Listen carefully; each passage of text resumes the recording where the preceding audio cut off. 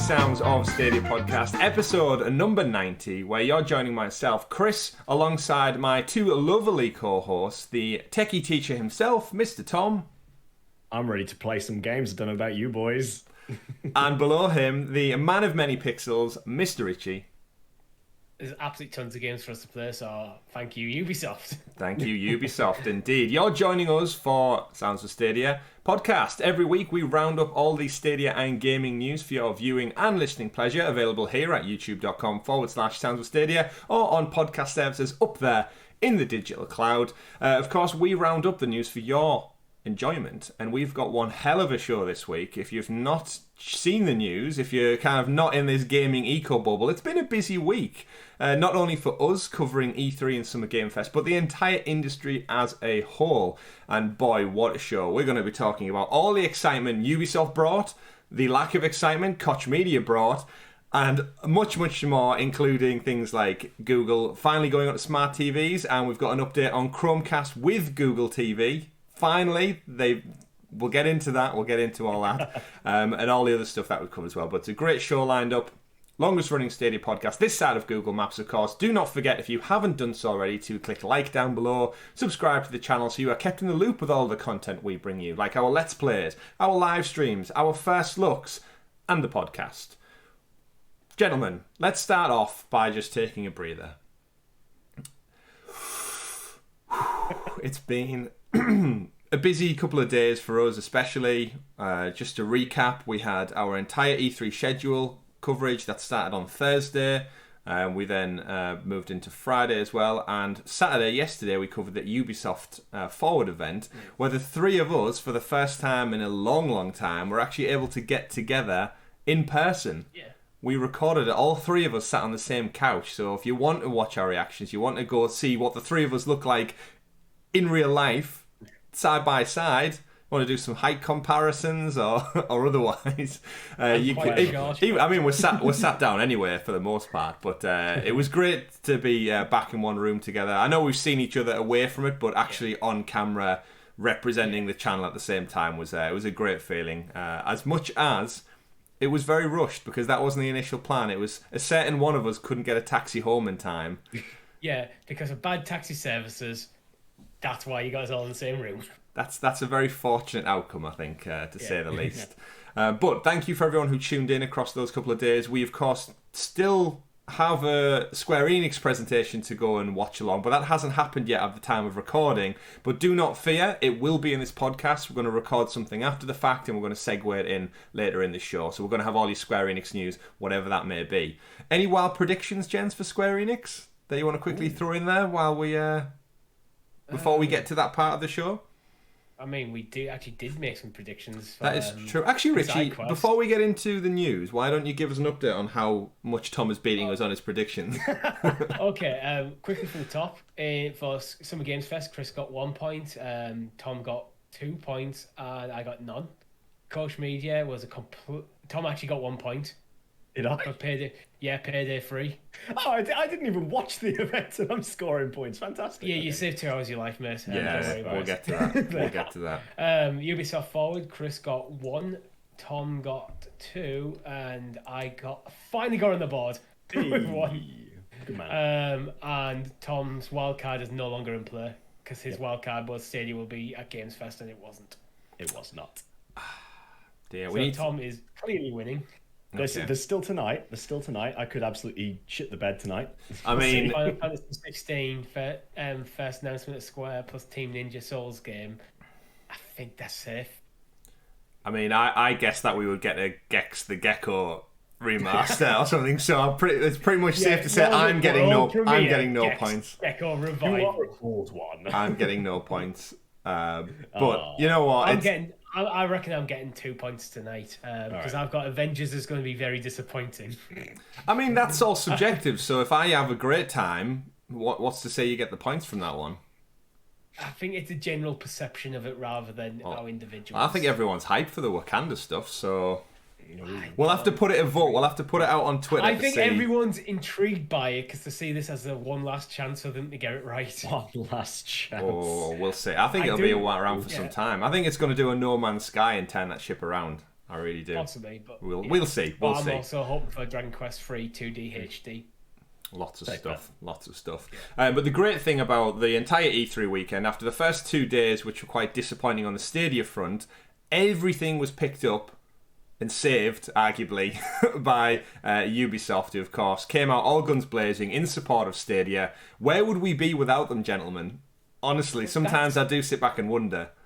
There's a very solid conversation in there, but I don't want to say Ubisoft has saved Stadia's E3, because if they only turn up to Ubisoft, I still think that's a massive fail for Stadia.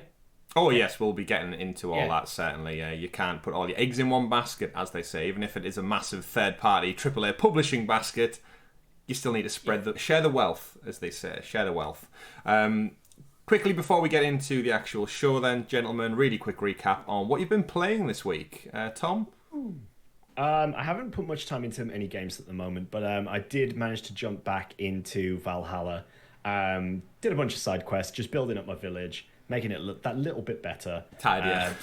Still poking away at that game. I'll get there eventually. Well, with some of the news coming later on, you might have more in the village to do. Mm-hmm. We'll talk about that. And Richie? I've been slowly chipping away at East 8, but as you might imagine, because of how much content we've pushed this week so far already, and not a lot of time to game. Yeah, I was doing a lot of prep for today's show and the Square Enix event later on this last Saturday night after you guys left, and it did get to like 1 o'clock in the morning. I was thinking, I could have been playing Ratchet and Clank for the last 3 hours, and I've been editing videos and downloading content, but here we go. I finished Mass Effect 1. Fantastic. Really enjoyed it. Excellent. A couple of things Richie's mentioned. The game clearly needs patched a lot more. Mopped up some trophies and stuff over there. I got the Platinum Trophy in it, so I've done 1 of 3. I'm going to take a break and go over to Ratchet and Clank for the time being. I've done a couple of hours at the beginning of that. You guys saw it last night when you were popping around. We can say that in person now. It looks phenomenal. It does. It's gorgeous and super fun of what I've played so far. But alas, we're here to talk about Stadia. And hopefully, with all these new announcements, we're going to be playing some Stadia games for the foreseeable future, into 2022 and beyond. So all of you haters out there who think it's going to collapse and disappear, you've got to wait another year at least, before you can start driving that one home. Right then, let's get into it, gentlemen. Tom, will you introduce us to the... Absolutely, to the 90th episode of the Super Sexy Special Stadia Story segment, aka The News! The 90th episode. Every time I hear that, nonagenarian, hear that out loud, or I see it, like when we edit the little episode 90 part in, or anytime we type it, it's kind of like 90. Oh, I know this. 90 weeks we'll be doing this. 90, it's crazy. And thank you to all you listeners and such out there. And of course, all the members of our membership program. There's over 40 of you now. Thank you very much for supporting us that little bit more. It really does help just bring you better content and put more investment back into the channel. We wouldn't have things like the super stickers or the badges because we had to get them commissioned by a genuine artist to get done. So it's little things like that, little quality of life improvements that really helps out. So from as little as 99p, you can click join below on the YouTube video where you do get access to those stickers in the chat. You get a little controller next to your name, and more importantly, you get access to our SideQuest episode up to 6 days early. And we've got a great SideQuest lined up for you as well this week. So hold your breath for that one. Not for too long though, because it's quite late down the dock. You'll definitely you will pass out before we get to that part of the show. Right then, news then, gentlemen. Let's get into the thick of it. Starting off, Ubisoft wowed us all as part of their Ubisoft Forward event yesterday at the time of recording. We all got together in a room, watched it. There was no Phil Harrison. He didn't even show up at this Ubisoft event, but we did get Yizgim on, showed up, showcased basically tons of new exciting games. A couple of them not coming to Stadia, but for the most part, we saw the logo more times than we had done in the prior 2 days, by literally 100% more. So we tuned in, and straight up, fest off, we had Rainbow Six Quarantine rebranded, renamed, and relaunched as Rainbow Six Extraction, a whole new standalone game coming from Ubisoft, where essentially, of a team of up to 3 players, take on some kind of alien species. They showed off a couple of different variants of villains and the way the team mechanics work, but I think it's safe to say all 3 of us are super excited for this particular entry in the series. Definitely. Tom, I'll throw it over to you. You were the most hyped for this one, I think, going into it. Yeah. What are your thoughts on quarantine? Not I'd certainly quarantine. say Quarantine shit. We all know what quarantine's like. Yeah. What's Extraction doing for you, Tom? Extraction looks fantastic, to be honest with you. So it takes all of the characters, or some of the iconic characters from Rainbow Six Siege series, or title, I suppose, the operators, and puts them into a sort of bizarre sort of situation where they're dealing with an alien invasion. As you said before, it's up to 1 to 3 players, and it looks to be very much sort of like a co-op gameplay rather than a multiplayer versus type situation that we've got going on here, where you can use an array of different equipment, which can be upgraded as you play through the game as well, just to essentially fight off what looks to be almost like hordes of enemies in a way. Really, it gives me some vibes of like horde modes, but also making some sort of progression through levels depending on how you're able to survive, what you're able to gain, how you're able to level up, whether there's some sort of resources you've got to gather. But it looks fantastic straight out of the box, and the fact that we're getting it by the looks of things day and date on the 16th of September to Stadia is an incredible showing of Ubisoft's support for the platform. Really, massively hyped. Yep, September 16th. As far as we're aware, this was the first game we saw at the showcase. This was the first game to have a Stadia logo on it, which set the bar really high for the rest of the presentation. Richie, we also saw the way the weapons work. They fizzled people out, like from the Blade movies. We saw a bunch of different enemies and kind of approaches, and it does look like if one of the 3 of us, for example, got stuck or we got manned down and covered in some wall cavity insulation fluid, we're not allowed to finish the level until we've gone and saved our man. So I was doing a bit more research of this. That looks like no one's left behind. Yeah, exactly. Tons of fun to have that. What's this doing for you, Richie? It's doing a lot for me. I've been quite open. I'm not exactly a PvP guy. I don't particularly enjoy it, and I find that often PvP community is toxic. But co-op stuff like this, I absolutely love. When you and a couple of friends, you're working towards the same objective. You're playing together in a cooperative manner, like stuff like, as you mentioned, you can't leave a man behind. You have to work together, so you have to communicate. And I find that such good gameplay.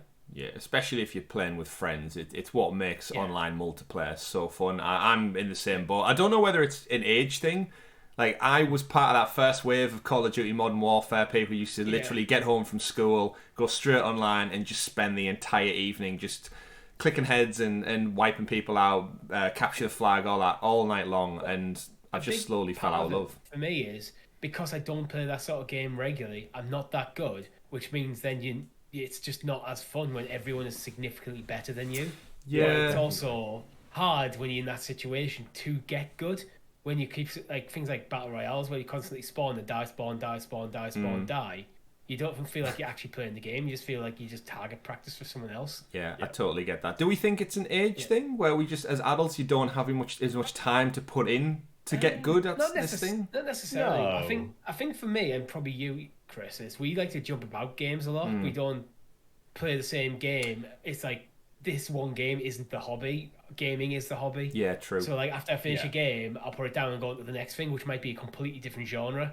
Yeah, that is a fair Where I think point. a lot of people who play things like Fortnite or Call of Duty, like, that's the game. That's what they play. Yeah, they'll drop. Think if people Sorry, go ahead. If people are looking at Extraction as well as a game, and what you're trying to think about as in terms of the experience, we talked about it yesterday on the Ubisoft Forward event. That I mentioned, there's the way that the enemies work is very much almost like a Left 4 Dead style thing as well, where you've got, like, there's certain classes of enemies where you've got your generic enemy, then you've got different tiers which have special abilities. I think it's really interesting that you make the comparison there as well about, like, whether it's an age thing or something like that, because I try to look at these games sometimes and think about what is it most like for me, because like you say, I think we've been very oversaturated lately with these team-based or battle royale type games and so on. To have something that's co-op as well, like this, is excellent. It gives me real vibes of other successful games that have been out quite recently, where you've got, like, there's an intel element in Extraction where you have to try to, the deeper you get, the more intel you can gather and so on. And that strikes me a little bit more like, I think it's called Phasmophobia, which is quite popular on Steam at the moment, where you have to go into a house with a ghost and try to capture information on the ghost to leave. And there's another game that's in beta as well, which is quite popular at the moment, ironically, it's called GTFO. Which is sort of very similar to this in the sense that you've got, it's a 4-player co-op game, but again, you have to make progress through a base to to dig up some information on aliens and stuff like that too. But again, I think the reason why we're so hyped for this is because this is very much in our wheelhouse, really, in terms of the fact that coincidentally it happens to be up to 3 players. There are 3 of us, which is fantastic for a Thursday stream. It's Rainbow Six. Is it from the same mechanics as Rainbow Six, which Siege is phenomenal to play. Yes, yeah, absolutely. And if it's essentially the same engine, the same sort of mechanics and so on, just with additional elements or slightly tweaked elements to make it more competitive, then I just see this as a complete win, really. Yeah, I'm really looking forward to just getting in with you two and taking down some alien scum, but more so I can almost already picture the chaos of one of us gets stuck, one of us gets overwhelmed, we get caught, something like that, and you do get that fantastic kind of cooperation back and forth. I'm on the left, I'll take the guy on the right, sneak in, and then shit hits the fan and we all panic and grenades are flying everywhere and there's alien goop, and the game looks great, and if it's more Rainbow Six Siege, that's fantastic, but importantly, it's another AAA game coming day and date, hopefully. And then, the fact that it's on Ubisoft Plus as well. Yeah, so you can try it out without dropping. We should also mention it's actually available for pre-order right now up on the Stadia store. So if you do want to go check it out, put your money down if you need to. $59.99, I think it was. Exactly. So it is a total. That's why I'm excited that's on Ubisoft Plus. What's Ubisoft Plus? About £12. As of now, which so instead of paying £60 for the game, I can play £12, play it for a month. That's the benefit. So pre-order now if you want. There's a little Stadia logo down below for those who don't believe us. Not that you wouldn't believe us. So that's game number 1. So let's move on. Unfortunately, we could spend half an episode talking about these, but we've got these. We don't know how long we're going to talk about the Square Enix thing later on for as well. So let's keep ticking through. Second game up on the dock. I've kind of listed them probably in order of importance, I guess, from my point of view. We've got, surprisingly, I totally forgot this game existed. I didn't think we'd see this at the showcase. We thought, Richie, they'd end with Far Cry. Or start with Far Cry, and we thought it might be Skull and Bones, we thought it may be Beyond Good and Evil. It turned out of the depths of Pandora, we've actually got a new Avatar game. Totally forgot Massive Entertainment were working on this. Of course, this is the team that are going to be working on the next Star Wars entry.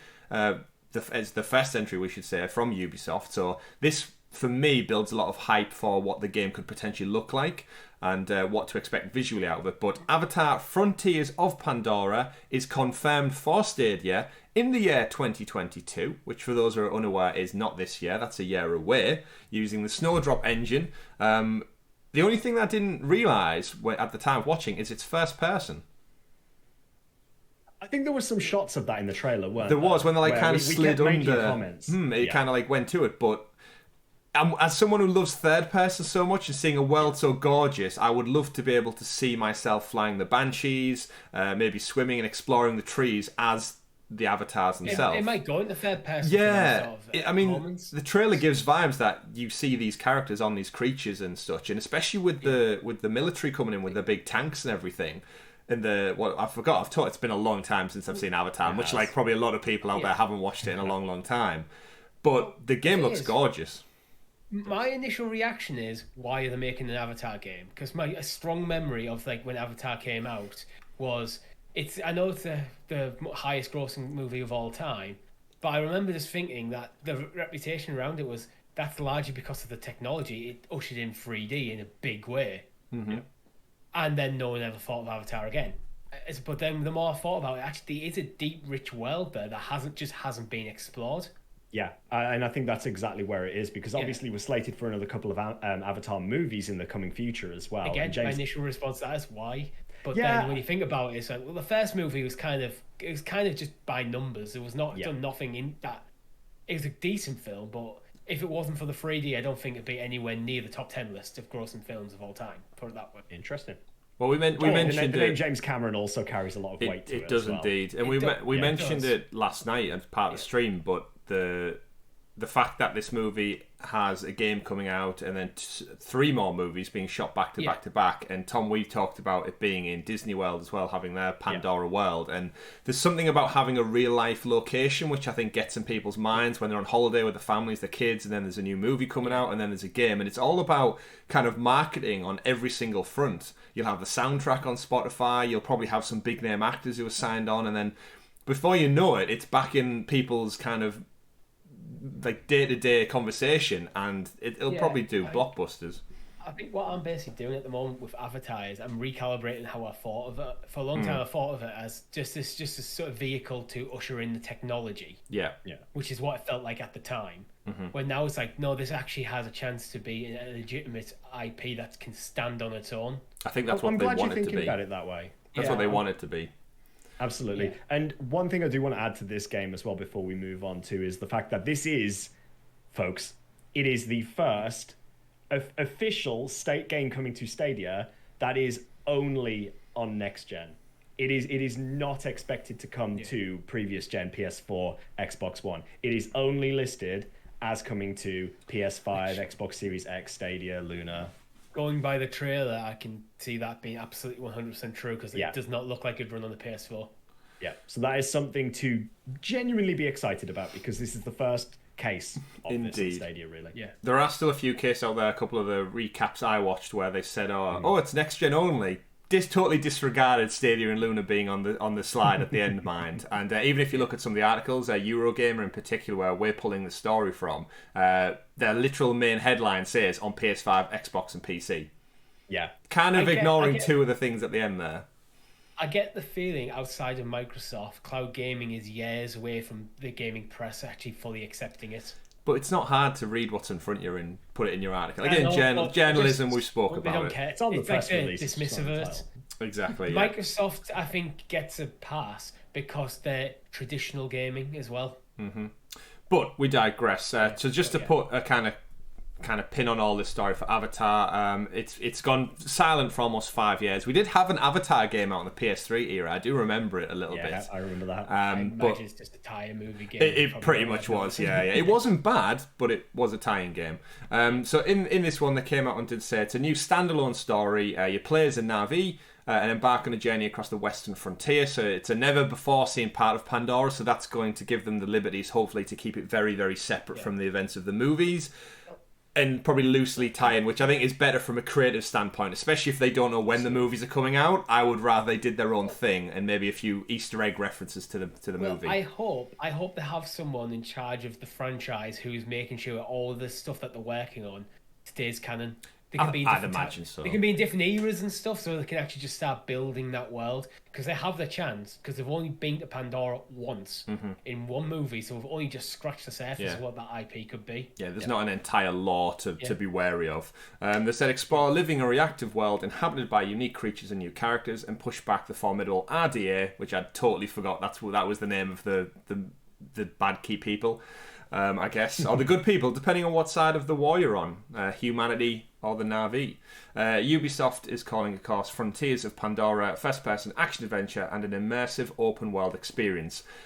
For me, I'm just getting big Horizon vibes, probably because of all the different creatures and how lush the fauna and such looks. But first-person, then that makes me think of Far Cry. And again, Ubisoft do the Far Cry games wonderfully. So if it's a mixed match of those two things, I'm all in for it. I didn't think I'd be excited for an Avatar game, but everything for me pins on it being massive. I'm intrigued. It's got me intrigued. I want to see a bit more of the gameplay before I say I'm in. Oh, we'll be seeing lots more of that. Okay. 2020 though, folks. But that's my stance for most games anyway. So. Good. Next up, we got an update on One Riders Republic, which I think we were all roughly excited about anyway. Tom, you saw massively as well. Got a bit of a delay. It was supposed to be out in February. Pushed back. So we finally got a new date. It's coming out on September 2nd, which is my birthday, so get hyped for that one. And Riders Republic, they give us a bit more of a deep dive into some more elements of this crazy extreme sports game. Tom, you're just super hyped because it looks like a hub for pretty much all extreme sports that have existed elsewhere on other individual games, pulled together into just one crazy Ubisoft open world. Yeah, absolutely. I mean, looking at it, you've got BMXing, snowboarding, skiing, mountain biking, jetpacking, of all things, like parachuting, paragliding. It literally just looks batshit crazy, and I'm absolutely all for it because it gives me massive ice cream bike. It gives me massive GTA Online vibes. That's what I love about it, and we obviously know that GTA has been so successful with the fifth entry in the franchise because of its multiplayer, essentially. That, taking the craziness of that and having an open world to an extent, it is open world, Riders Republic, game where you can have, 40 or so people persistently just doing their own thing, really, whether it's time trials, whether it's, searching for locations, whether it's actually playing things like graffiti or horse on, just tagging things and stuff like that. Really, it just looks brilliant. And I'm just vibing with it. I just love it. I just love the idea for it, and I'm really excited to get into it. The big thing for me about a game like this is I'll look at it from these sort of games from afar and go, that looks like a really cool concept. I think I'd have a good time playing, but then I'd look at the price and go, no, it's probably not for me and not buy it. And this is why I'm loving the idea of Ubisoft Plus. Yeah. Because with Ubisoft Plus, I absolutely will play this game now. Excellent. Yeah. But if without Ubisoft Plus, I can almost guarantee that I absolutely would never play it. Yeah, I'm with Rich on that one. It's individually a sport. I would never buy steep. Snowboarding's not my scene. BMX, we really had a great time playing trials, but I would never pay a full price. So if Riders Republic is probably going to drop on kind of next gen PS5, Xbox for what, 60, 70 pounds. Yeah. And then if it's the gold edition with the season pass, that's pushing it to 85, 90. And then if you want a collector's edition for some reason with maybe it's free snowboard, you're talking 100 upwards. The fact that for £12 a month, I can jump in, play this for a couple of weeks and get my enjoyment out of it. And if I want to go back to it, I could just keep my subscription live. That's why I think it's a fantastic proposition. Even if you just jumped in on their subscription, go, you know what, I really like this game. I actually do want the collector's edition. Then you can have that option. And as a games as a service game, which we know Ubisoft are leaning harder into, I think it's fantastic. I could see season content where they introduce new sports because they've got this open world. It's very much inspired by the Crew 2's kind of like miniature United States. If they just suddenly turn around and go, oh, we've now got extreme archery included, and they just pull, I don't know, like a Far Cry archery mechanic and pull it from one studio and add it in, that could be a whole new season of content added via a new sport. And gliding crossbow battles. Yeah, it looks Everyone's crazy. got like a mini crossbow while you hang glide and you have to shoot each other out the air. Like dog fighting with hang gliders. Ubisoft, if you want to hire me. Yeah, like anything you can think of, like paintballing, like crossover stuff, it could happen in this game, and the footage looks wild, like some of the BMX stunts and such. Paragliding, like you said, Richie, the ice cream truck. It does, like Tom, you said, echoes Grand Theft Auto Online, where it's not necessarily about the simulation of the sport, it's about go and have some absolutely batshit crazy fun with your friends online. It's dialing it up to 11, the likes of SSX, Tony Hawk's and the like, and that's exactly what I'm getting from this, and that's what I wanted from this. There's some shots of this game though when it's in first person and like a mountain bike down the mountains, like looking at it and going, this needs a VR mode at some point. It make you feel sick, but I just kind of want to experience that because there's no way in real life I'll ever experience like such a narrow path down a mountain going like 50 miles an hour on a mountain bike in real life. There's no way I'm ever going to experience that. So stick VR on it and it's the closest I can get to it. Yeah, there's they've got drones. It just looks like so much fun to be had, and we'll definitely be checking that out on a live stream because I can already imagine just the screams of excitement happening while we play Riders Republic, of course. Coming, no. Yeah, as you hit into something and painfully. Thankfully, you don't experience the pain, but yeah, 2nd of September. I'm going to call out the Stadium racing community in this game as well already because even though it might be less simulator, I want to see you guys there. I want to see you guys in Riders Republic. Chance against them. Yeah, put Grid down, put MotoGP down. Join us in as part of the Riders Republic. Get your tattoos done. Next up, we got, to no surprise, the return. They said the return, but it never really went away. Just Dance is back. Just Dance 2022 arrives this November 4th to be precise, on Stadia, of course. Not part of Ubisoft Plus, we should point that one out. We do suspect it's something down to music licensing, why it's not on there. But Just Dance comes back with some heavily inspired musical content once again. Not much more to say about this game. It is very much just more Just Dance, but that's the amazing thing about Just Dance is it just brings a whole new bunch of tracks, probably some quality of life fixes, and it puts it out there as well. I think the most thing I had to say about this during yesterday's stream was the fact that they had the Switch box up on the screen. Yeah, that was a paid promotion. They seem to be pushing hard. Yeah, that was the most interesting thing about it to me. It's probably down to marketing, because we've joked in the past about Just Dance staying on like the older consoles. Like it was brought out on the Nintendo Wii, well past the Wii's lifespan. It might just be there's a massive market share for Nintendo. Like it might just be the correct demographic and age group. I think last year's 21 was the first one to not be on the Wii. You're correct. It was. 2020 was the last. I think it was the last Ubisoft supported game to be released on the Nintendo Wii as well, and probably the last game to be released on the Nintendo Wii at the same time. I think literally Just Dance came out on the Wii after the Wii Store was no longer a thing. Yeah. Which is crazy, but you got again. Shout out to Ubisoft. Like their support for the industry is phenomenal. Like on all fronts, like cloud and Switch, and where other people usually wait to see what if the water's warm enough first. Ubisoft are like cannonball straight in there, ice cold. We don't care. So check out Just Dance later this year if you're intrigued on that one. I know a couple of people in the Stadia community, very early doors, did a couple of Just Dance competitions. I remember Eddie and his kid, and Brian getting involved as well over there. So get your dance shoes on for that one. Moving on from that, we switch things over back again to Assassin's Creed Valhalla. Tom, you'll be hyped for this one. I'm excited as well, purely because for the first time ever, Assassin's Creed game is getting second-year content support, which has never happened before. So I'm happy because I have the season pass, so that means I get this anyway. But those who have not got your fill of Valhalla and Vikings and Great Britain, there's more on the way. They've announced we are expecting the Discovery mode to, I think, Tom, we mentioned it last night, especially as a teacher, and I think as collectively all three of us who are massive fans of mythology and the education element that comes with it. And the fact that we both live there. Yeah, the fact that we all live here. It's getting a Discovery Tour mode, which is wonderful to see. And they've also teased, we called it out as Muspelheim last night, which of course is if anyone's played God of War, it's the big lava-filled level where you basically fight hordes of just monsters. This, my guess, is some kind of challenge mode, very, very similar from the way they're teasing it. You're going to go through a portal into Muspelheim, of course. It's one of the 9 realms, right? If I'm not mistaken. Yeah.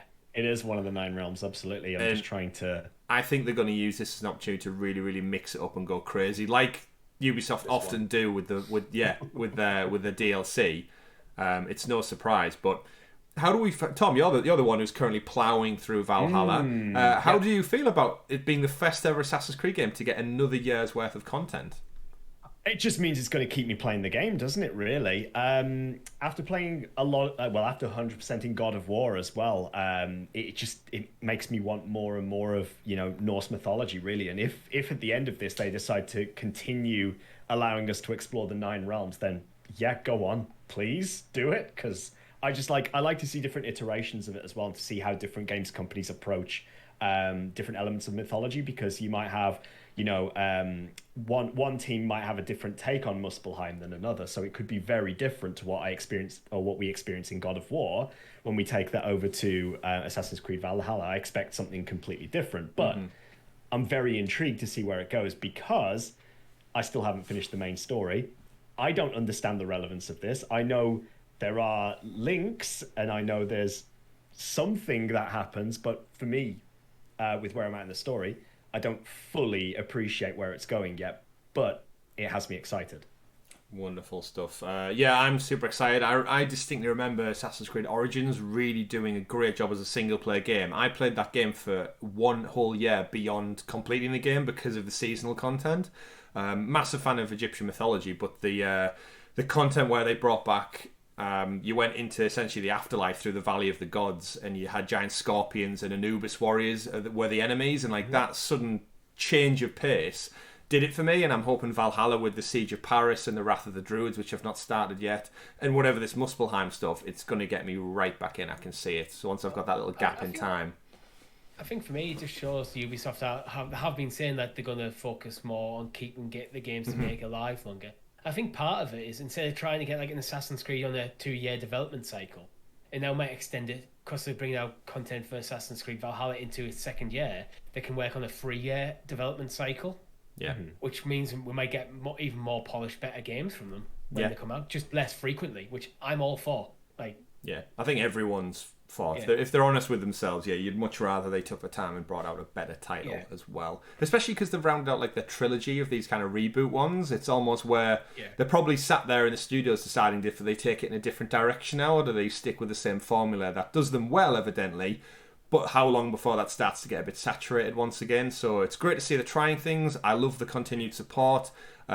We've said many times on the podcast that games now, they look so beautiful. They don't age badly as they used to many, many years ago. So something like Valhalla, you could go back to this in 5-6 years, like with all the content, and probably pick it up for £10-15 in some kind of crazy Ubisoft sale. And imagine the value you get if you've never played that before. It's insane. So I'm excited. More Assassin's Creed. I'm a big fan of it. Always have been. Can't wait to see what they've got. And Tom, maybe you'll catch me up and we can go siege Paris together. Maybe. They might do some multiplayer. We theorised last night about multiplayer, so... I'm still keeping my eyes out for your still keeping my eyes out for your Jomsvikinger, though. Ah, yes, it's on its way. And then rounding out the some of the Ubisoft news as well, we got a confirmation, we should say, of Rainbow Six Siege. Coming on June 30th. We've knew this for some time. It's at ESRB ratings. We had it confirmed coming to Stadia. Finally, we've got a date. June 30th, which is not too far away. It's just over 2 weeks from the time of recording. So, not long, gentlemen. Not long. We know what Siege is about. We know it's a great game. We spoke about it via Extraction Story as well. June 30th. Importantly, though, coming with crossplay and cross-progression across... lots of crosses. Cloud, so Lunar included, and PC for the time being. In 2022, they mentioned about PlayStation and Xbox. For me, though, the biggest get probably is the cross-progression element. Although it's a smaller market, the fact that you can take your save around, which I think is what Ubisoft they're leaning heavily into it with the Ubisoft Connect. We've theorised that quite a lot before. But I think just as gamers in general, this is the way the industry is going. And I cannot wait for the day when I can jump and pick up and play anywhere I want and my content is carrying across with me. Looks awesome. 2 weeks to go, folks. 2 weeks to go. Absolutely. Not really much more to say. We spoke about Siege, I think, quite extensively. Can't wait there for will be it. a stream coming of it. Don't worry. 100%. Definitely. And then the final point of the Ubisoft Forward was we got some more updates, as expected to. Far Cry 6, of course, comes out this October. They showcased a brief trailer with, of course, the one Giancarlo Esposito and his dictator character finding his son on a boat. We did spend some of the showcase yesterday critiquing their character models, but the game looks gorgeous all the same. The biggest part from this Far Cry update that we saw, for me, was the Season Pass content. They showcased kind of a villains DLC where you got Vass from Far Cry 3, Pagan Min from 4, and Joseph Seed from Far Cry 5, all teaming up as the villains of Far Cry to fight off in some kind of... It looks like a deathmatch game. They didn't really explain what it was. They just said it was part of the Season Pass. It looked like some sort of psychedelic trip for sure, definitely. Which Far Cry likes to lean into. Yeah. It was a weird part of the show because then they also brought the title for Blood Dragon. Yeah, I remember watching it. It's like, are they coming to Blood Dragon? Because when they were showing Blood Dragon, it's like, oh, there's going to be a Blood Dragon 2, and they're going to be like playable characters in Blood Dragon. It's like, I genuinely don't know what. Yeah, that is about they yet. didn't have like an end splash screen that said what it was. Even Blood Dragon, you're right, Richie. It said Far Cry 3 Blood Dragon, but then didn't say if it was a remaster, if it was, do you get the whole game free? Because we're quite odd, because it was just announced the other week in the community blog, we covered it on last week's podcast, Blood Dragon is coming to Stadia, but it wasn't explained in the form of a remaster. And then I remembered that when you purchased Far Cry 5 Season Pass, you got Far Cry 3 Remastered as part of the Season Pass content. So it sounds like they're probably going to do the same thing with Blood Dragon, but I'm wondering if they're just testing the waters for a full Blood Dragon game. Like, we know Far Cry and Ubisoft take the game, the current big title, and tweak the map. So I'd be very impressed if they took the Far Cry 6 map and changed it into a Blood Dragon sequel this time around. And I think this could be testing the water to see what the reaction's like to it. Throw it in, include it in the Season Pass. People love it. People get hyped. Here we go. 7th of October, folks. 7th of October. Exciting stuff. That, though, brings us to the end of our Ubisoft stories. We're going to take a very, very brief pre-past intermission here where I'm going to hand it over to Chris of the future for the Square Enix breakdown. We've just watched the event. Hopefully it was wonderful. Hopefully we got some Stadia news, and we're going to talk about it now. So over to you, future Chris.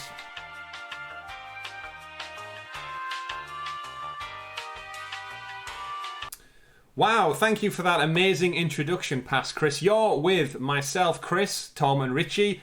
Still, I don't know why I introduced our names again. I guess you've been listening to us for probably 30, 40 minutes at this point. We're here to give you our live, literally live, right off the back of the Square Enix event reactions. We got some updates to some games we already know about. So just to quickly recap, folks, this seems probably a lot more energetic than this morning's did. I'm just very cautious now that the day's gone on. We've woke up. We've literally just reacted with 35 plus of you in the chat. Thank you very, very much for that. People of the past who are listening in the future.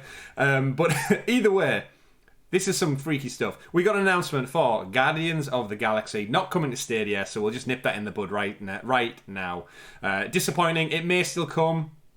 Looks like a very fun game. First-person, narrative-driven. We said very inspired by Mass Effect. I think we both agreed with the decisions. A lot of ticks in that game for me. Showed a bit too much of it, though.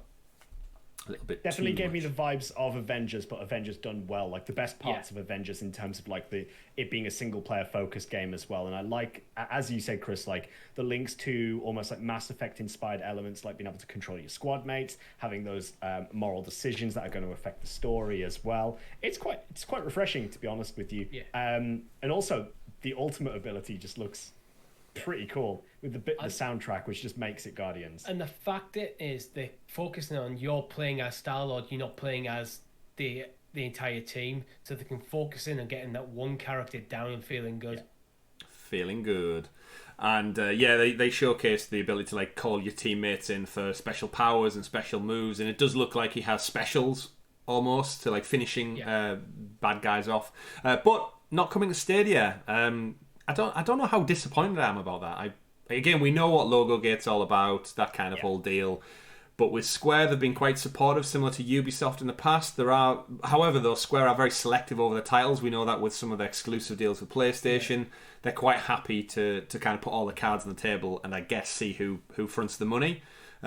Because on the flip side, we also got an update for Avengers. We've got War of Wakanda. They kind of just showed off an update on what everybody already knew about the game. Richie, we've said on the live show, you get the points for it being disappointing. They really didn't bring anything to the table. My guess is they're going to have their own War Table stream set aside for hopefully the next couple of weeks, because it's supposed to be dropping this summer. I don't know about everyone else out there, but it's summer already, so it should be imminent. Didn't show any future roadmap. Once again, another games as a service that is not telling their audience why you should keep playing this beyond the current season. Crazy. Why we don't know what's coming in autumn and into Christmas, even just as a thumbnail, is crazy beyond me. But I personally think the roadmap's the least of that game's problems. The multiplayer, I think is actually terrible. Yeah, we've been over Single player stuff is great. The multiplayer is just so flat. So hopefully they throwing can more at it isn't really going to fix the problem. Yeah, hopefully they can channel that amazing story from the campaign then into Guardians of the Galaxy, which it seems like the way it's going. So, and with that uncanny valleyness we spoke about. We got an update for Life is Strange True Colours. We know that is, of course, coming to Stadia. Pre-orders have been up since the last Square Enix Presents event. As a point of note, though, we should say the Life is Strange Remaster, which comes with the Ultimate Edition, will now make you probably rethink your purchasing decisions on Stadia, because at the end of the show, Stadia went live with a video to tell us that the original Life is Strange Remaster is coming to Stadia Pro on September 30th. So does that count as a Stadia Pro game? Or an October Pro game? You mean September Pro game? September, surely, if it's on the 30th. Yeah, but that's like...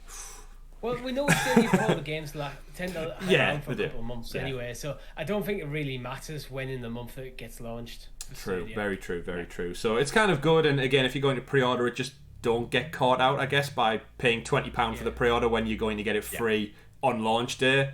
That's been a problem that's plagued obviously the library since it kicked off. You get a game, a week later it's pro. At least we know going ahead. Very it's true. Not in the whole thing, it comes out end of October, then it comes like a November Pro game. It's like, what did you do that for, guys? Indeed, very true. And we got a slew of other games, lots of Final Fantasy stuff to the chagrin of you two. It was all mobile games and repeat footage we've seen before. And yeah, anyone want to add anything to that? It's not Stadia, but I found it quite amazing that Square Enix could both amaze and disappoint me by making Final Fantasy dull and boring by bringing Final Fantasy 1 through to 6 all remastered pixel-wise on mobile. We missed the call that it was the mobile section, and we started getting excited, didn't we, Tom? Yeah, just a little bit. Just a little bit. Like, oh, here we go. One. Oh, no, here we go. It's like it's coming up. Go up to 6, like to mobile and Steam. Yeah, they're already there. Absolutely. But what are you gonna do? True.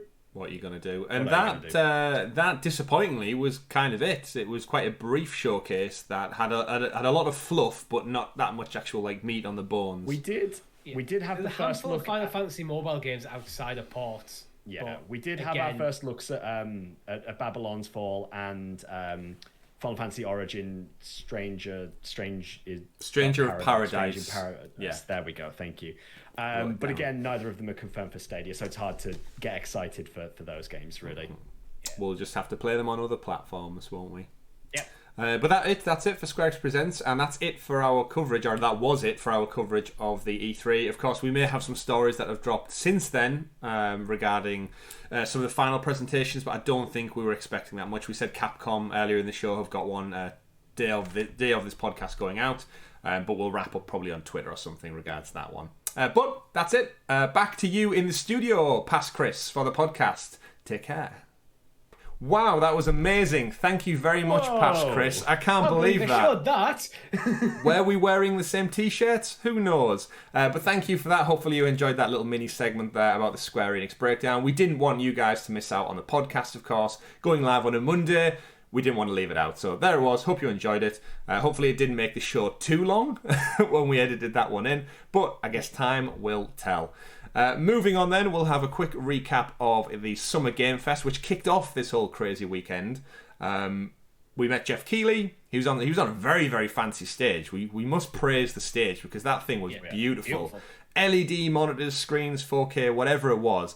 They clearly had more budget than Koch Media, which we'll talk very, very briefly about in a moment. The recap for Summer Game Fest, unfortunately, no Stadia logos. That was kind of the sour note that we started the kind of long weekend off in. They showcased 30 games. Even Far Cry 6 was included in there. And we got not one mention of it throughout the whole showcase. And I even made a joke, I've made it many, many times because I think it's hilarious, that we went 2 whole days of E3 Summer Games Fest. And the words which I did not expect to hear, we dubbed it, Richie, a Hitler-level prediction. They had Giancarlo Esposito for Far Cry talking about his inspiration for his character in Far Cry 6. He mentioned the Cuban, of course, dictatorship over there, and he also mentioned doing research into Hitler, of all people. Yeah. And then we also had Hideo Kojima show up to show off some Death Stranding and screw over my game predictions, who also spoke about 9/11 and how the world's very different after that. Both of those crazy things got more mentions than Google Stadia, the gaming platform, across these 2 days, which is just like mind-blowing. And I'm so glad Ubisoft came in and cleared the floor with Stadia logos, because we joke about logo gate, but I think all 3 of us are on the same page, where as far as marketing and optics go, you can't miss out on the biggest gaming industry event of the summer and have Hitler and 9/11 have more mentions than your gaming platform. That just says more than I think it needs to, really. But thankfully, we're not in that position. The ratio is tipped. One of the worst people in history and one of the worst incidents in history, thankfully, will be outdone. Jeff Keighley's not that bad. By who? Jeff Keighley's not that bad. One of the worst people. No, Jeff Keighley's awesome. We love Jeff. Jeff struggled through the Koch Media thing just like we did. He didn't want to be there as much as we did. But that was rough. Summer Game Fest recap. The only thing to really talk about, I suppose, Stadia specific, we suspect is going to be Tiny Tina's Wonderlands, which is a spin-off of Borderlands, to no surprise. They've not really given us a massive in-depth look at it. They didn't really show off gameplay, so it's hard to get a feel for what the game looks like. But so far, Gearbox, even though they had their own presentation, this took centre stage. They've said it's coming to PS5, PS4, PC, Steam, Epic, an Xbox Series X, so no mention of cloud. However, I'd like to think with us having Borderlands and a couple of other 2K published games, this could be a quite a big shoo-in, you'd hope. We would. But I'll throw it over to you, Richie. You're the biggest Borderlands guy. Gearbox did talk a bit more in there. I haven't watched the full presentation yet from Gearbox because I was asleep. But Gearbox did talk a bit more about Tiny Tina's Wonderland, and it is very much a fantasy version of Borderlands. Awesome. It's still a looter shooter. I think it's very mechanically very similar, but it's got like a fantasy. It's almost like you take Borderlands and put a fantasy skin. It's got magic and shit. Then you take the DLC, like was it Attack on Dragon's Keep, that the D&D stuff that was run by Tiny Tina, and put that over the entire thing. Mm-hmm. So it should be awesome. Yeah, Gearbox has said it's a co-op for up to 4 players, story-driven campaign, and a repeatable end-game content. Yeah. So again, and it's completely standalone. So if you haven't played Borderlands, you're fine. Yeah, I kind of like it. I like the thought of Wonderlands. It's a clever way of just taking the Borderlands name and applying it to potentially a whole new IP. It makes sense for a fantasy game as well. Yeah, it totally does. Big names attached to it. Again, we didn't really see much of it. Weirdly enough, the Gearbox presentation itself was very, very light on games. They spent more time with Randy Pitchford walking around a film studio talking about the movie. Awkwardly talking to the and it's weird because Randy Pitchford's not got the best history in terms of accusations against him, and the fact that he's still front and centre at this stuff is a bit wishy-washy. It felt quite forced, to be honest. Yeah, I mean, at one point they got Kevin Hart out of his trailer and he was kind of like, oh, I've got to do a piece to camera, and it was a bit weird. They didn't really show off any games, but of course Gearbox are now part of the Embracer Group, which they weren't at the Koch Media event, so it's kind of, there's such a weird way this kind of E3 Summer Games Fest has panned out for these different studios and publishers. But hopefully we'll hear some more news on the Stadia front on that one. I mean, if I was to guess, I'd say it should probably be coming. It's a big AAA game in the future. We have Borderlands. I think it's good. I think there's a good chance. I think there's a good chance as well. I like your positive energy, Richie. Next up, we'll move on to Devolver Digital. A little quick recap if you've not had a chance to watch it. Again, we've not probably watched it in its entirety. No mention of Stadia at this one either, so it does honestly, unless Square shows up, which it might have already showed up, you'll know, listeners and viewers, for some more Stadia content. Devolver Digital, there are a couple of games on the platform already, the Hotline Miami ones in particular, I think. They didn't actually mention Hotline Miami 3, which we joked about on last week's show. However, that is the joke. That might be the joke, yeah. However, they did have a fantastic conference, which was really tongue-in-cheek about what was going on. Very, very similar, actually, to a couple of the other things that were going on. There was very much a 70s, 80s vibe of like VHS cassette players and other things going on. But Devolver came out. If you've not checked it out already, they had a lovely ongoing piece about Devolver Max Pass Plus subscription model, about how bad the industry is. They're basically saying they're going to monetize the shit out of everything, and you, the consumer, can be part of that wonderful thing right now by subscribing. Yeah. They're basically taking the piss out of some trends in games. Like, that was probably a dig at things like Ubisoft Plus. 100%. EA, what's EA's version? Is it EA Play? EA Play, yeah, and saying you can subscribe now just to get access to buying the game. And then at one point she stopped and laughed and said, it's not for free, of course. You have to actually pay for access and then get free access to buy the game. And it was very tongue-in-cheek, very funny. I can't actually remember much of the games that were announced because the actual humour in the presentation was so funny. But go check it out, DevolverMaxPassPlus.com. You can subscribe, which gets you nothing, just more subscription points. They're selling the whole presentation on VHS tape. They showed off a bunch of games. None, of course, confirmed for Stadia, but the indie nature sides of them, I could definitely see coming across as smaller titles. There's some cool stuff in there. My pick of the bunch will be Trek to Yomi, which is like kind of a samurai noir style action game. I like the I'm look quite a Tumble Time fan. Tumble Time on your phone. I like Wizard with a Gun. It's such a simple name and a concept. You know what it's about. Yeah, it does what it says on the tin. Of course, we'll be breaking those games down more if we get confirmation of them coming to Stadia in the near future.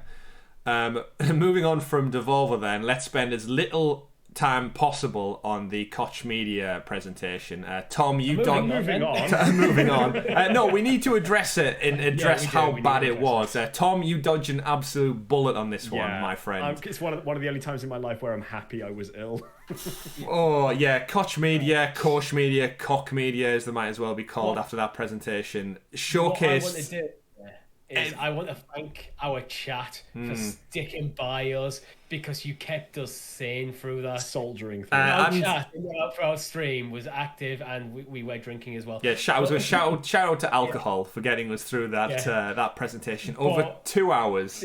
Chat was on form and it kept me entertained. So. It did. Chat, our members, everyone out there, it was the longest presentation. I think it was a little bit shorter than Game Fest, but with 95% less content. It was so bad. Like, again, this is the one piece of Sounds of Stadia content we would actively say, do not go watch this. If you want to go watch me, don't bother watching it. You won't gain anything from watching that content, unfortunately. No, put it on because we want the view. But yeah, it was like 2 hours of people talking. It might as well have been a Teams conference at work, where it was all just there was no kind of like energy, excitement. It was all just like checkbox ticking of interview developer, interview this. They did showcase some games, but it was so far and few between. And from what we'd seen from Jeff Keighley the night before and his amazing LED stage to essentially what was a felt backdrop in an office cubicle, and then interviewing people with terrible green screens or very, very empty bedrooms where clearly they've been told to empty all of their gaming memorabilia out and just leave plain blank walls. The focus was on Prime Matter, which was a new publishing label which is encompassing these 12 games. We're probably not even going to... I'm not even going to spend time going into the games because they didn't show off enough for us to really talk about. We generally can't because we didn't see anything. We saw like maybe 5 minutes tops of gameplay, or including cinematics, in 2 hours. We didn't even see logos for most of these titles. Yeah. Like at times, me and Richie struggled to know what game they were talking about because they didn't have the game's title on the screen while they were talking about it. They precursored it 5 minutes prior, saying coming up next, Final Form, which I think was one of the games. Put it this way, the production values for this show are significantly better than that one. Yeah, our podcast you're watching on YouTube right now has better production values than a multi-million pound corporation put to practice. No disrespect, don't get me wrong as well. Opal, who was the host of the whole thing, kind of co-hosting with Jeff Keighley, she did absolute finest, and she was probably one of the shining moments of the whole presentation. Again, no disrespect to the devs, about the games they're working on, but they just didn't show us anything to be interested in. Yeah, the whole production to a global audience of gamers wanting to see what they had to show, they just did not bring their A game. To wrap things up with this, they showed Payday 3, and they said they ended the entire show, the entire 2 hour conference, saying, here's our first glimpse at Payday 3. It was a concept art screenshot. That was it. It was a still image. Stream end, and that was the stream over. No music, over. Nothing. Oh, wow. But anyway, we digress on the pain that was. Go check it out. Go check out our entire coverage. There's definitely some highs and lows mixed in throughout it. Right, moving on then from Koch Media. We've got some great Stadia news, folks. We've been waiting for some time, and this would probably be our headlining story if it was not dropping in the midst of E3 and Summer Game Fest. Google Stadia finally announced that Stadia is coming to... I need to get this right. It's Chromecast with Google TV. It's essentially the new stick. Yep. It's the new stick in your TV that comes with a remote. Finally, they said it was coming half 1 2021. And ladies and gentlemen, they've done it. Within 1 week to spare, it is coming to the platform. What was it? 23rd of June, if I'm not mistaken, gents? Yes, that's correct. Yeah. 23rd of June. It's finally coming. It was part of the community blog this week. It was actually announced on the Nest blog originally, which I didn't realise Nest were part of the Chromecast team. But either way, someone's got to announce it before half 1 ends. June 23rd, big news. Nest was kind of a done thing. Isn't it all been integrated into Google Home? No, Nest is part of... Nest is like the camera and the hub thing. Yeah. Which, again, it's very confusing. It should all just be called Google. Yeah, exactly. Yeah. But we got confirmation. It's coming to the sticks. So you two gentlemen, you both have one. You can finally play Stadia. But more importantly for me, I think, is it's being rolled out to smart TVs. Any TV that runs an Android TV OS is also coming June 23rd. They didn't mention anything about the LG TVs, but they did give a list of like Hisense, Nvidia, Shield TV Pro, which I think a lot of people are excited about. Philips TVs and Xiaomi TVs as well, and other Android-based content. This finally rolls out to millions upon millions more devices, and we couldn't believe that the new Chromecast launched without it being integrated. They've clearly had to do something behind the scenes, but what do you two think? I 100% believe at this moment in time, and I've said this before, that I think they've been holding off on this launch until they've shifted enough Chromecast Ultras, till they get enough. They've been using Stadia to get rid of that stock, which is why I think things like the Resident Evil and the Cyberpunk promotions existed. Okay. But finally, they've got to the point where, well, we can't just keep delaying this while we try to shift old stock. We're going to have to upgrade it. I mean, they gave us a date. Yeah. Well, a date, a half-one date. So they had a deadline to work towards. Yes. Yeah, that was it. But I think this would have been, if they probably had a threshold in mind for stock before they make the switch or the deadline, whichever comes first.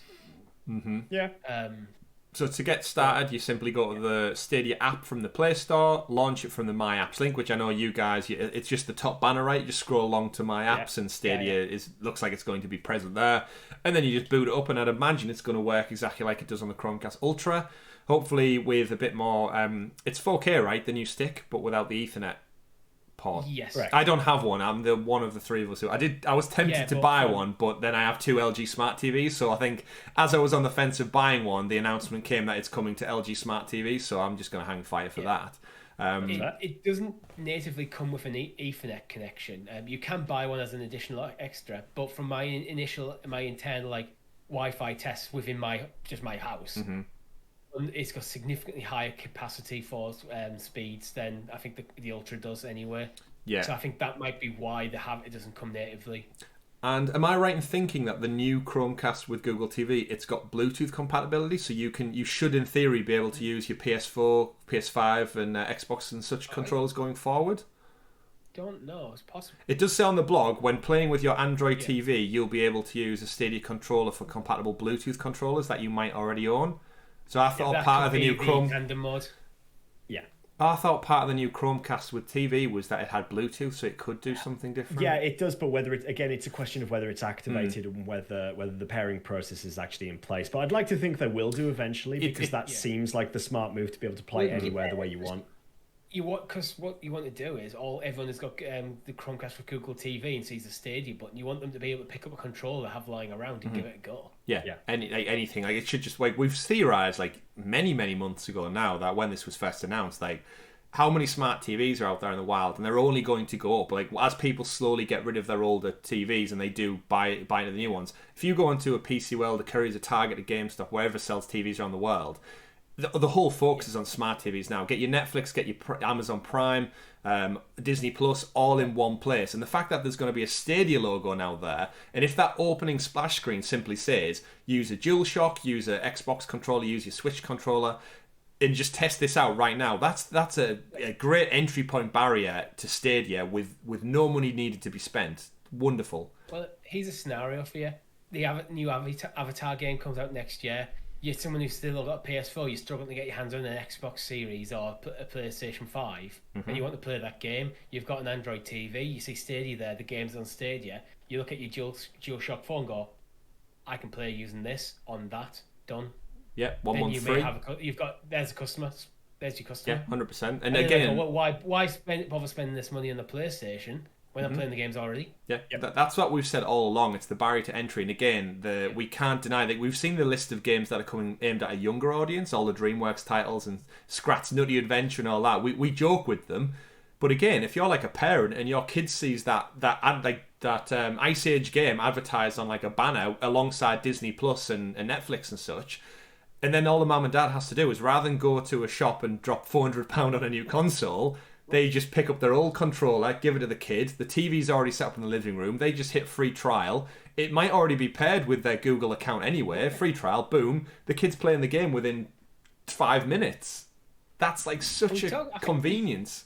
I think we've talked about this before, but I wonder if they need a Stadia Kids app where you can't, where things like purchasing games is a lot more restrictive. Maybe you can only actually purchase games through the actual Stadia app on your parents' phone, and the only games that are playable are aimed at a younger audience. Yeah, and So then, from a parent's point of view, you have Stadia kids there. You can go, play anything of them. Yeah, it's absolutely insane, the entry point. And interestingly enough, the blog kind of wraps up and ends by saying there's 180 plus games. For a full list of the 180 plus games now available on the Stadia store. I didn't realise we were up to 180 games. That seems like a shit ton of games. 180. I know we haven't really been counting since it got to that crazy level. That's a lot. Like, if you've never played Stadia before, now you look at that catalogue, that's a lot of variety, a lot of AAA titles. We're getting close to 100 Stadia Pro games. That is true. Or games that have been on Stadia Pro since launch. But interesting. Good things, good stuff. I'm excited. The future's bright, as they say. Well into 2022 if you listen to Ubisoft and the Avatar game. So then, swiftly moving on, because I do want to leave some time for us to insert the Square Enix stuff you did listen to not a short while back. In and amongst all the E3 excitement, EA were hacked. Just to throw that out there. It's not really been covered that much because I think all the industry's focus is on talking about new exciting games. But EA this past couple of days were hacked and they've had the data stolen. It's not really too different from what happened, I think, CD Projekt Red with the stuff. Basically, these arseholes have got hold of source code, stuff from the engine. They're holding it for ransom, just the usual stuff. I'm sure there's lawyers and engineers and stuff who are all over this business right now trying to sort the problem. Sucks for EA. I know they usually get a lot of shit, but again, any business gets hacked by people who just think this is a good thing to do, then yeah, you're the problem, people out there who do this. Anything to add to that, gents? It's just not really. It is what it is. They found out that they looked at the FIFA source code. Off. Yeah, they looked at the FIFA source code and saw it was literally the same as every other game before. Yeah. Sounds about right. So let's talk about something good with EA. They're fortunate enough to have dropped Battlefield. I was going to say 6, but I can actually call it by its proper name now. Battlefield 2042 has been officially titled now. They showed about a 5-minute trailer. They got a lot of shit because they did a 1-hour countdown for this. Did you guys see that? It was a 5-minute trailer, but they did a premiere where it had a 1-hour countdown clock just for 5 minutes of footage. I think people were expecting a little bit more. But they did showcase it. It's futuristic.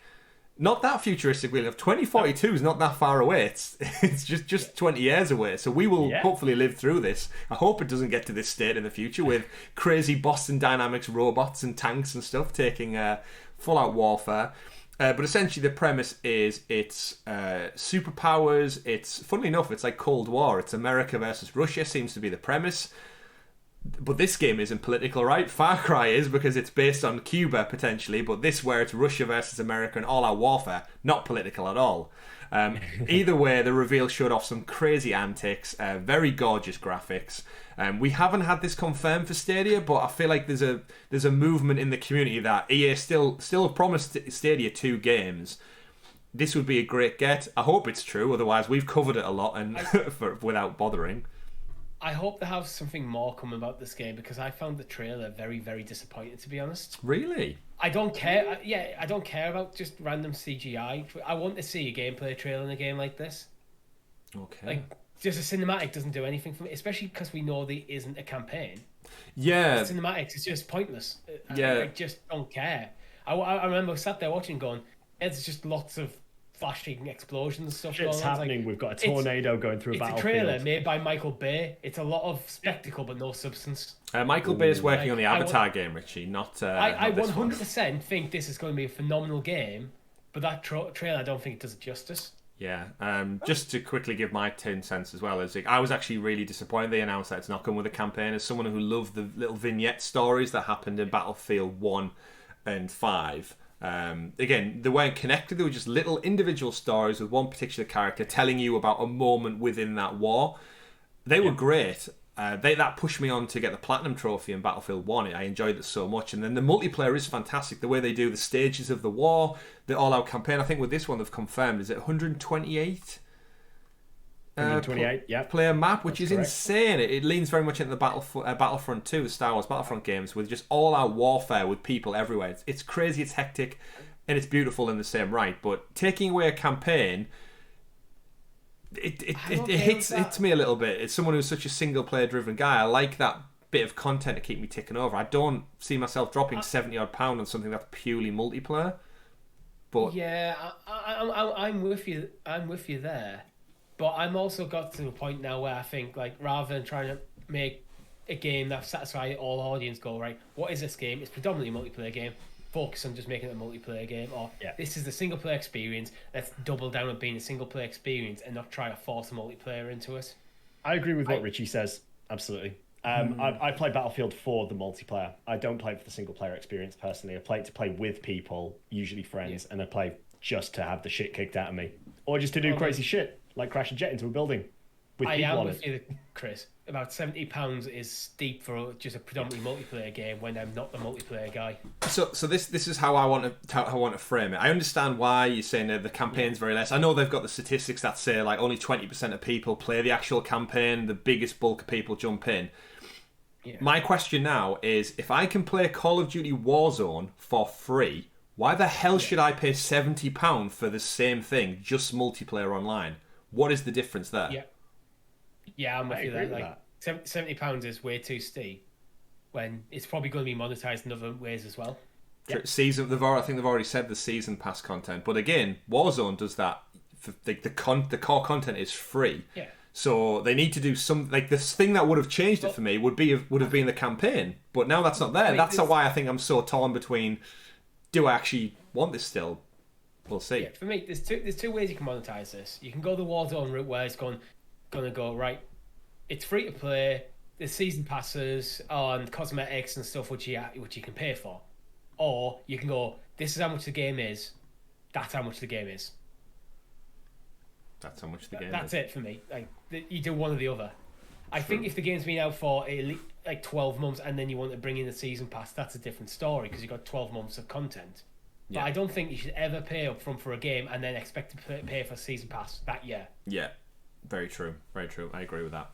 Right then, that's Battlefield. Again, we don't know if it's coming to Stadia. Hopefully it's one of the two games. I'll be still disappointed if it ends up just being FIFA 22 and then Madden 22 as well. It's like, oh no, they've done us dirty with a double.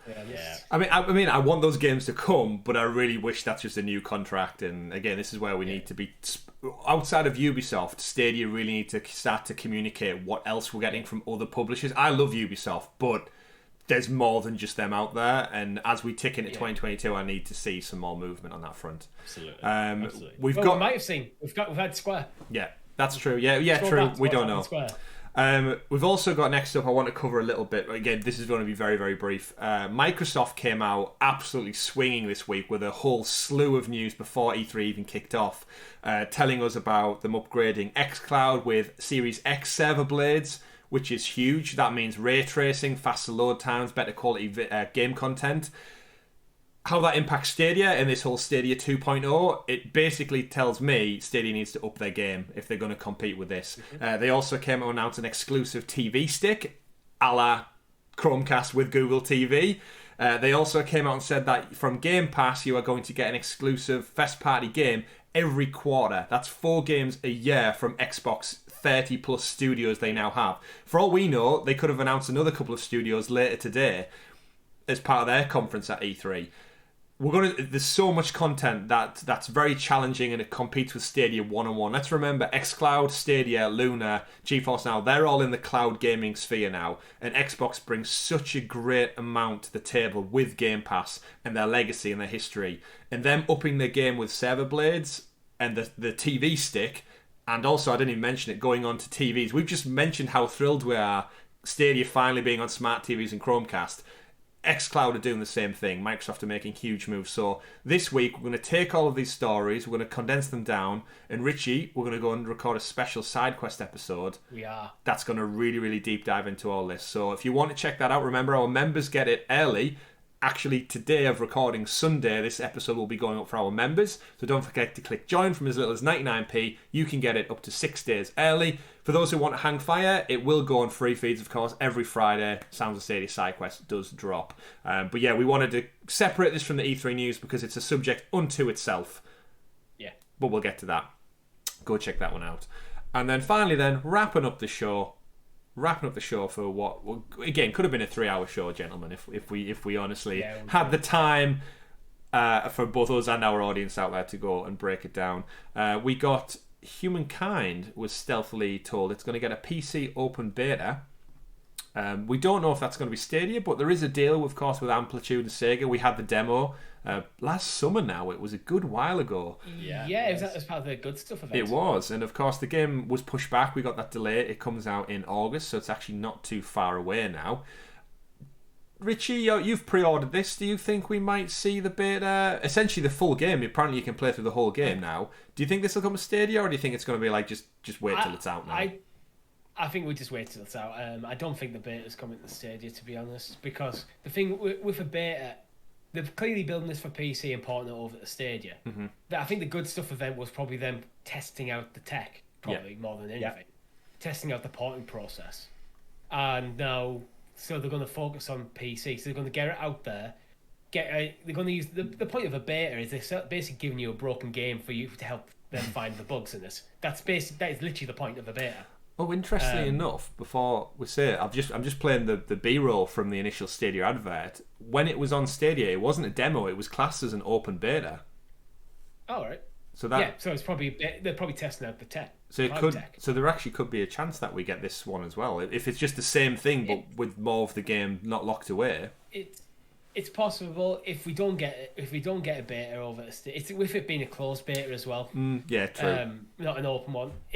If we don't get a beta or demo on Stadia anytime soon, I think that's fine. I don't think that's anything to be worried about. Yeah. Oh no, definitely not at all. Again, it's not that long away. Like we'll blink and it'll be Christmas anyway, so not too long to wait. You should go check out First Look on it though, because it was awesome. You should. We had a great time. Mm-hmm. Humans playing Humankind.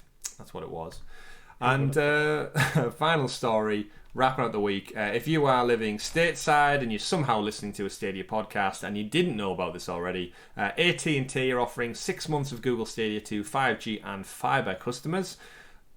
And from June the 9th, essentially the US telecoms giant means if you sign up for one of their plans in a particular area, you get 6 months free, which is about $80 worth of Oh, sorry, that's different. That's 6 months free.